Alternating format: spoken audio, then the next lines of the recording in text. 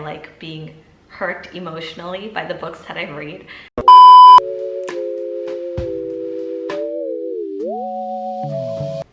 Hi everyone, welcome back to my channel. I'm Chandani. I figured today in this video I would talk a little bit about 5 books that I read in 2022 that I really loved and think that you should read in 2023. I tried to break this video down based on, different genres, like what are you looking for? And if you're looking for XYZ, then you'll like the book that I recommend. So for the first category, I figured I would start off on, a high note and talking about a book that fits into the category of if you want to cry, then you should read this book.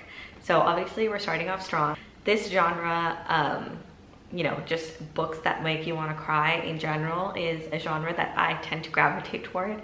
I really like sad media and I like being hurt emotionally by the books that I read. The first book that I recommend is In the Dream House. This book is a memoir about the author's experience in an abusive relationship, and she sort of recounts this through different genres and tropes within literature or movies. So what I mean by that is basically every single chapter in this book sort of follows the narrative structure, I guess, or like follows the sort of traditions of a certain genre or a trope. So one could be like romance, one could be thriller, one could be choose your own adventure, which does happen in this book, and it's a great chapter. And so she manages to, invoke all of these different tropes and genres while still like keeping the narrative structure pretty like, forward to backwards, like what you would expect from a story, and sort of unraveling the story through these various mediums.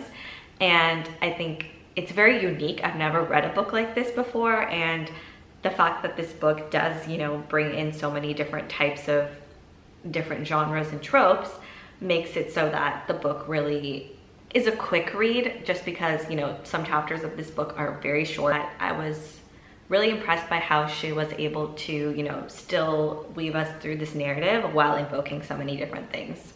Honestly, I don't really have the words to express like just how moving and how beautiful this book is written, but also like how moving it is in terms of subject matter and how much you're really taken on this journey of this woman being in an abusive relationship. It was definitely something that can be triggering to people. So if you think that might be you, then I would definitely recommend reading up on like trigger warnings for this book. But it was just so incredibly well done, and honestly the words that I have personally will not be able to like capture everything that this book is.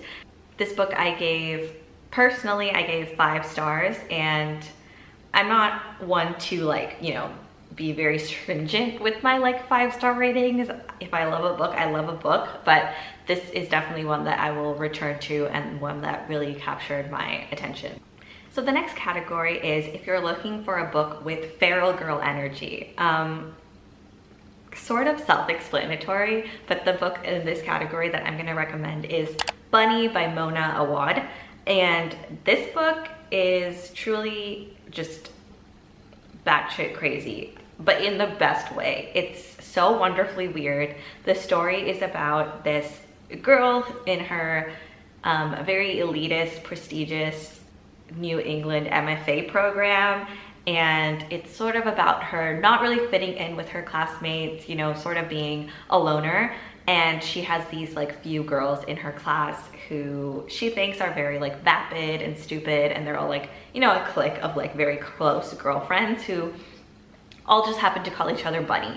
And our protagonist, this main character, does not like them until she gets invited to one of the bunnies' secret like parties that they host, and then like things really start to unravel, and she really finds out like what the bunnies actually are, what they're doing, and it ends up being, pretty crazy. And so I would definitely recommend this book if you're into like more experimental forms of writing, if you are easily annoyed by like not having all the answers, then maybe this one isn't for you, because I got to the end of this book and I'm still not really sure if I know exactly what happened, but it's definitely sticks with you. It's definitely weird. It's scary at times. I had a nightmare while I was reading this book, like right before I went to bed one day. I literally had a nightmare about it. So, you know, it is scary, I will give it that, but this is one book that I have not stopped thinking about. Like, I randomly think about it like all the time, and it really sticks with you, and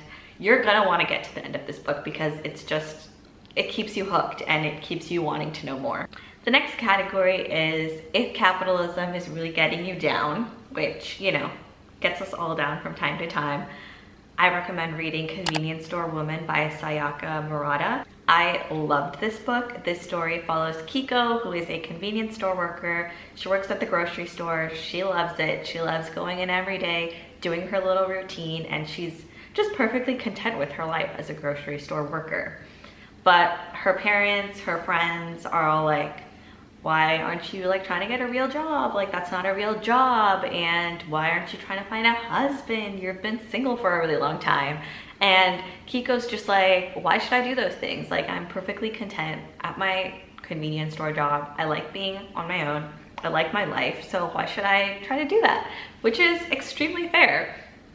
It's sort of a story about, like, you know, going against the grain, I guess, how society like really wants you to conform to the norms, and how sticking with your guns is sometimes the best move for you. And it was for Kiko, and I really liked this book. It was very heartwarming. It was cute. It was quirky. It was fun.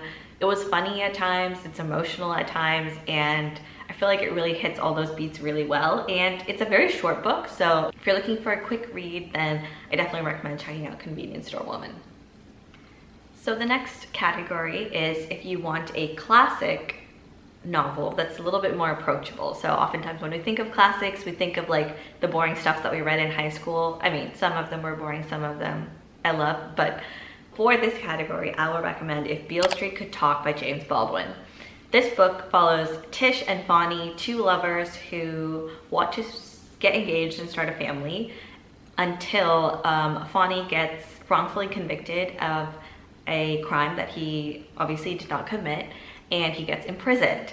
And his family and Tish are all trying to, you know, get him out of jail, but because of the failures of the judicial system, Fonnie ends up being imprisoned for basically much longer than he anticipates. And so it's just about how these two people, you know, go about navigating the situation, try to, you know, still start a family. Like, Tish is pregnant by the time Fonnie goes to jail, so how they manage that, and how, you know, the failures of the judicial system really affect families on a, you know, very granular level. This story does a great job of talking about that. It is sad, it is heart-wrenching at times, but it's also like the reality that many families have faced and are still facing. And in that way, I think this is a classic that really has something important to say and does it in a beautiful way. Like, James Baldwin's writing is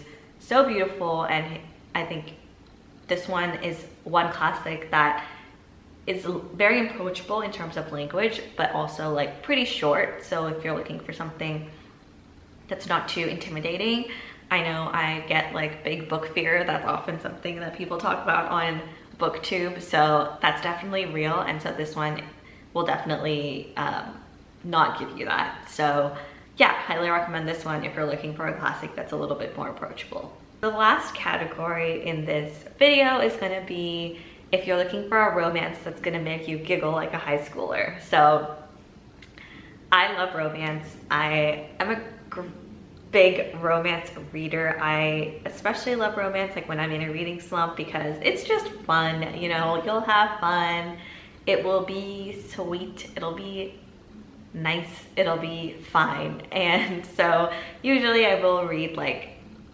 at least like a handful of romances a year, and this one was by far my favorite, and I do not see enough people talking about this book.